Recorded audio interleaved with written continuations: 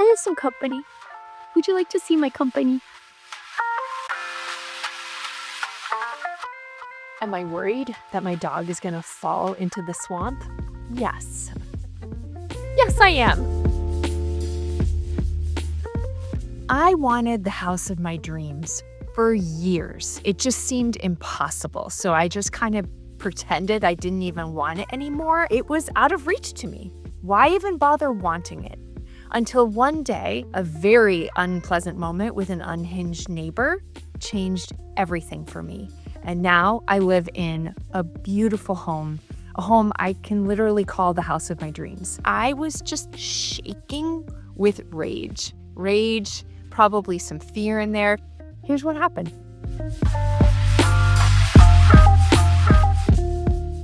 I lived in this really nice apartment in Marblehead, Massachusetts. I'd been there for a couple of years and made friends with the neighbors. I had wonderful tenants and I knew people on my street. It was the kind of neighborhood where I could walk to the grocery store. The Starbucks was across the street. Every time I walked out, I ran into people that I knew. It's a beautiful seaside town. I loved my life there. I had the sense in myself that it's time for me to have a place of my own. I had a dream to have a place with fireplaces and a cute little kitchen and maybe even a fenced-in yard. I dreamed this, dare to dream. I would fantasize about that, but I was also living in fear of wanting something that I just didn't feel like I could actually make happen, even though I had the good fortune of having the means to do it. And there was a mother and son that lived on the first floor that were making it pretty unpleasant for other people in the building to live there. And by this, I just mean screaming matches in the middle of the night. He would come home after going to bars and moan ominously in the hallway, again, waking us up.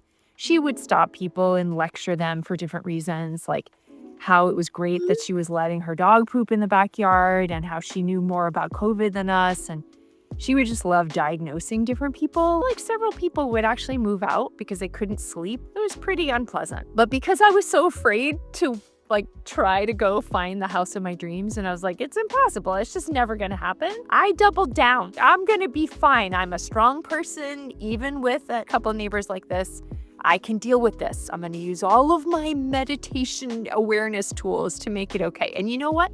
It worked for quite a while. I would very intentionally enter a field of peace. And I felt amazing. If I was upset having met her in the hall and she was lecturing me, I would go back to my apartment and do personal work on myself about hey, whatever it is on my side of the fence that I need to handle, my beliefs about her, my beliefs about people in general, all that kind of stuff. I would just handle it. I took it on as a way to stay present in any situation.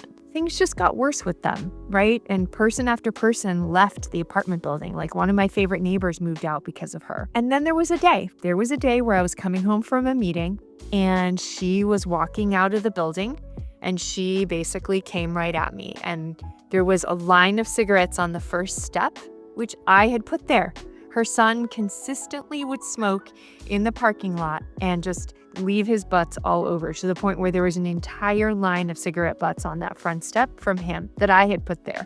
I realize it is passive aggressive, but I did not feel safe approaching him directly. So this was just what I was doing. And she was not happy about it. She let me know that, and she started diagnosing me, telling me that I have a personality disorder, that I have OCD, that I'm really rigid and I need to have therapy and somebody to take a look at that. At some point I said to her, please stop talking, leave me alone. And I walked into the building and she followed me. I went up the stairs and I turned around and I said it again, please stop talking, leave me alone. I mean, I was kind of afraid of her. She was pretty tall but I, put my foot down and that was it. She kept talking and I went into my apartment and I was just shaking with rage. Rage, probably some fear in there, and helplessness, this feeling of helplessness. What was I supposed to do to have somebody like that just below me?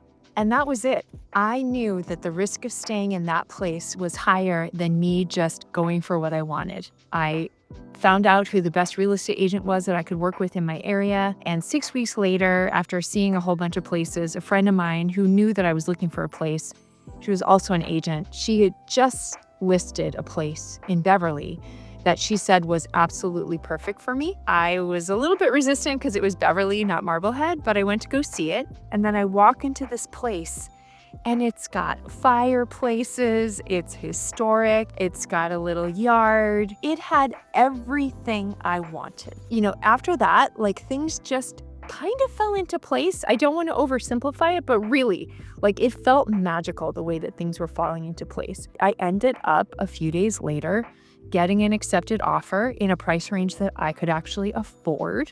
I remember exactly where I was on my travels when I got the yes. And that was a big day, just opening myself up to this thing that I really wanted. A few weeks later, I moved in. What I've noticed is when I took that risk, it kind of strengthened my backbone to take another risk.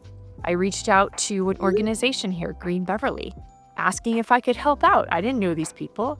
And that meant 6 weeks later, I was taking a risk of getting on stage at the Cabot Theater and becoming a trash fairy for a waste reduction program that I co-wrote. And then that led to the next year doing the same program, but about local farming, where I've got to be an apple up on stage with another colleague. And that led to a lot of the videos you might see on my channel, like, hey, it was really fun putting on the apple outfit when I was helping with this. Let me just try some social experiments. That first risk that I took back on that crazy day has been the first in a lot of risks that I've taken that's really changed my life. So when I look back on that moment, I'm really thankful that things just came to that. I absolutely have compassion for someone who is suffering enough to treat people that way.